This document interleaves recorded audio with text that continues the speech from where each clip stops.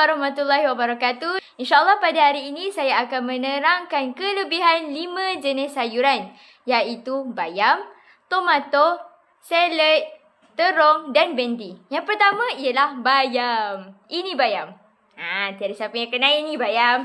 Bayam ialah kaya dengan zat besi yang membantu pembentukan sel merah dan ia juga mengandungi vitamin C yang baik untuk penglihatan serta menguatkan sistem imun badan. Ini ialah tomato. Mesti korang tertanya, tomato ni buah ke sayur? Tengok, bentuk dia pun macam buah kan? Fakta mengatakan bahawa dari segi botani, tomato adalah buah dan dari segi kulinari, tomato adalah sayur. Tomato ini mengandungi lycopene yang membantu melindungi jantung dan mengurangkan risiko penyakit. Dan ia juga baik untuk kesihatan kulit serta membantu melancarkan penghadaman. Jadi sesiapa yang ada masalah penghadaman, boleh makan tomato. Tiga ialah bendi. Ini bentuk lampu paras bendi. Ini antara salah satu sayuran kegemaran saya. Selalunya bendi ni diletakkan dalam masakan ikan kari.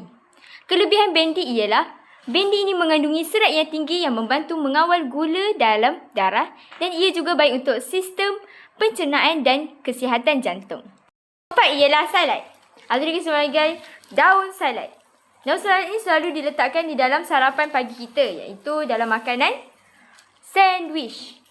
Kebanyakan kanak-kanak gemari salad ni kerana tidak terasa pahit sangat untuk dimakan.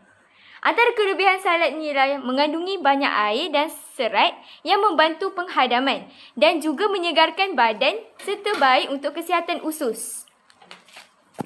Kali ialah terong. Ni bentuk terong. Terong ini kaya dengan serat yang membantu pencernaan dan mencegah sembelit. Ia juga rendah kalori, sesuai untuk mengekalkan berat badan yang sihat. Kesimpulan daripada pembentangan saya ialah, sayur-sayur ini membekalkan pelbagai kebaikan untuk tubuh badan kita. Oleh itu, saya berharap agar masyarakat semua mengamalkan pemakanan seimbang dengan mengambil sayur setiap hari agar kekal sihat dan cergas. Sekian daripada saya. Wabillahi taufiq wal hidayah. Assalamualaikum warahmatullahi wabarakatuh.